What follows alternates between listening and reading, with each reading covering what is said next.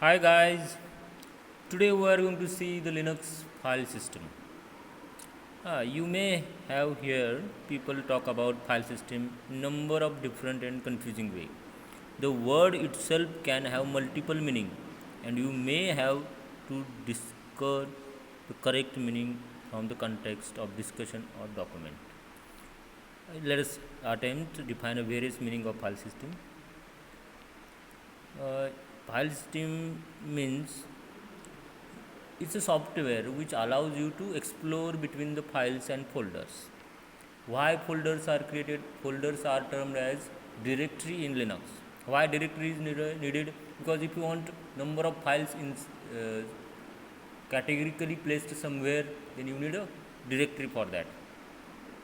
Yes, which is the topmost directory in Linux? Yeah, root or slash. Root is termed as or is symbolized as slash. Okay, let us see specific types of file system in Linux such as ext3, ext4, btrfs, xfs and so on. Linux supports almost 100 types of file system. It's quite big achievement. That much amount Microsoft never supports. Even Linux supports old type of operating or old type of file system as well as newest one. Okay, basic file system functions. Disk storage is necessarily that brings with some interesting and inescapable details. Alright, now what is the requirement of file system? It provides namespace. Namespace means here it is not namespace similar as C# namespace, whatever we have seen. Namespace means you are given space to give names. Means if you are having a directory or a folder, त्यामध्ये तुम्ही एका फाईलला एक नाव दिलं आहे XYZ. दुसरा नवीन folder बनवला त्यामध्ये पण फाईलला XYZ नाव दिलं तर चालतं का? That is the name space given to you by Linux. Okay, that's all. Okay, so how the file system work? Kernel is the core part of operating system. Virtual file system ext3, whatever the file system it supports. There is a virtual kind of file system type, but we are not going to see it right now. We'll see it afterwards. Directory structure of Linux. Root is the very basic directory in Linux. It's a topmost, it has topmost level. There is a bin directory. आता तुम्हाला काय सांगायचं आहे मला, ह्या सर्व डिरेक्टरीचं meaning तुम्हाला लक्षात राहायला हवं, कारण क्वेश्चन येतो explain the directory structure of Linux. त्यामध्ये तुम्हाला ह्या रूटबद्दल सांगायला हवं, बिन, बूट, डेव, ETC, होम, ह्या सर्व डिरेक्टरीबद्दल तुम्हाला सांगावं लागतं. मी आता सांगतो, मराठीत सांगतो, काही इंग्रजीत सांगतो.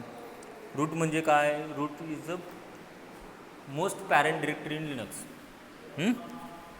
बिन म्हणजे काय असतं? एक्झिक्युटेबल फाईल असतात ना, त्या तुमच्या बिन डिरेक्टरीमध्ये असतात. बूट म्हणजे काय असतं? बूट लोडरच्या फाईल्स, बूट लोडरच्या कर्नलच्या म्हणजे ऑपरेटिंग सिस्टीम चालू होताना लागणाऱ्या फाईल सगळ्या तिथं असतात. DEV डिरेक्टरीमध्ये काय असतं? DEV डिरेक्टरीमध्ये तुमच्या हार्डवेअर रिलेटेड फाईल असतात. लिनक्सच्या बाबतीत सांगतो तुम्हाला, ऐकून घ्या व्यवस्थित. लिनक्समध्ये सगळ्या गोष्टीला फाईल समजलं जातं.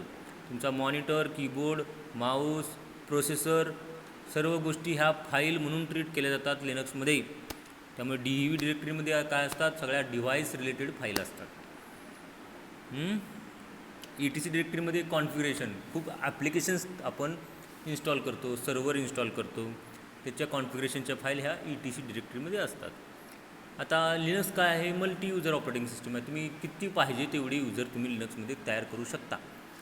मग माय डॉक्युमेंट्स ह्या युजरचे, त्या युजरचे माय डॉक्युमेंट्स कुठं असणार? तर ते होम फोल्डरमध्ये असतात. ओके, .lib फाईलमध्ये लायब्ररी फाईल्स असतात. मीडिया म्हणजे काय असतात? USB ड्राईव्ह जोडला तर कुठे येणार? तो मीडियामध्ये येणार. माउंट, MNT म्हणजे काय असतात? तुम्ही जर मीडिया जोडला तर ते माउंट होतो. माउंट म्हणजे जोडणे. ओके, OPTमध्ये ऑपरेशनल फाईल असतात. रूट म्हणजे रूटची होम डिरेक्टरी. जो मेन युजर असतो ॲडमिनिस्ट्रेटर, सिस्टीम ॲडमिनिस्ट्रेटर, त्याच्या रिलेटेड फाईल ह्या रूट ह्या डिरेक्टरीमध्ये असतात.